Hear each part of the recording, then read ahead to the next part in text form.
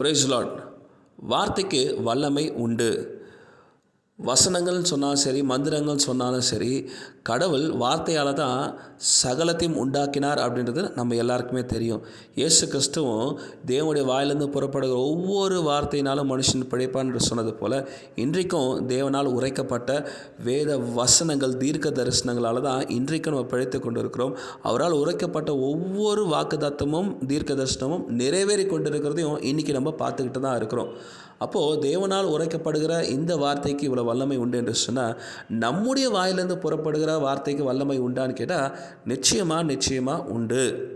அப்போது நம்முடைய உதாரணத்துக்கு சொல்லப்போனால், ஒரு பிள்ளையை பயப்படாதுன்னு சொல்லி 100 தடவை சொல்லி ஒரு பெற்றோர் வளர்க்குறாங்கன்னா கண்டிப்பாக அந்த பிள்ளை பயந்தாங்கொழியே தான் இருக்கும். ஏன்னா அது காதில் கேட்குற வார்த்தை பயம். அதே போல் ஒரு பெற்றோர் அவர்களிடத்தில் நீ தைரியமாறுன்னு சொல்கிறாங்கன்னா கண்டிப்பாக அந்த பிள்ளை எதுக்குமே பயப்படாமல் தைரியமாக இருக்கும். ஏன்னா அது மைண்டில் 100 தடவை போகிற விஷயம் தைரியம். அப்போது நம்ம யூஸ் பண்ணுற அந்த வார்த்தைகளுக்கு கண்டிப்பாக வல்லமை உண்டு.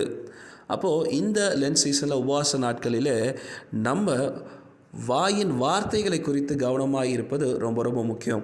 எப்படி ஒரு பாத்திரம் ஃபுல்லாக நம்ம ஒரு நல்ல தூய்மையான பசுமையான ஒரு பாலை வச்சுட்டு ஒரே ஒரு ட்ராப் விஷத்தை ஊற்றிட்டோம் அப்படின்னு சொன்னால் அந்த பால் பருகிறதுக்கு பிரயோஜனம் உள்ளதா அப்படின்னு கேட்டால் நிச்சயமாக இல்லைன்றது நம்ம எல்லாருக்குமே தெரியும். அதே போல் தான் நல்ல ஜீவனுள்ள ஒரு ஜீவனை வர்த்திக்கிற, ஒருத்தரை சந்தோஷப்படுத்துகிற, ஒருத்தரை என்கரேஜ் பண்ணுற, ஒருத்தரை உயர்த்துகிற இப்படிப்பட்ட வார்த்தைகளை, வல்லமையுள்ள வார்த்தைகளை பயன்படுத்த வேண்டிய நம்ம வாயில் தாறுமாறான வார்த்தைகளும், தேவையில்லாத வார்த்தைகளும், மற்றவர்களை காயப்படுத்துகிற வார்த்தைகளும், இன்னும் கொஞ்சம் ஸ்ட்ராங்காக சொல்லலாம், தேவனை துதிக்கிற இந்த வாயில் மற்றவர்களை தூஷிக்கிற வார்த்தைகளை பயன்படுத்துவது நியாயமானு கேட்டால் அதுக்கு நீங்கள் தான் முடிவு சொல்லணும்.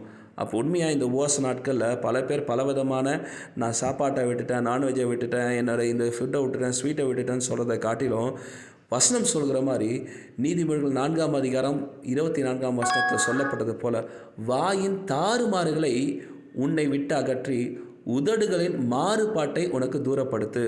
இங்கும் அங்குமாய் மாற்றி பேசுறது, பொய் பேசுறது, பொல்லாப்பு பேசுறது, காசிப் பண்ணுறது, இப்படிப்பட்ட தாறுமாறான வார்த்தைகளை, மற்றவர்களை காயப்படுத்துகிற தூஷணமான வார்த்தைகள்லாம் நம்ம வாயை விட்டு, நம்ம நாவை விட்டு நம்ம அகற்றி வைப்போம் அப்படின்னு சொன்னால் அது உண்மையான உபவாசமாக இருக்கும்ன்றதை நம்ம புரிந்து கொண்டோம்னு சொன்னால் நிச்சயமாய் ஆசீர்வதிக்கப்பட்டவர்களாக இருப்போம். Thank you and God bless you.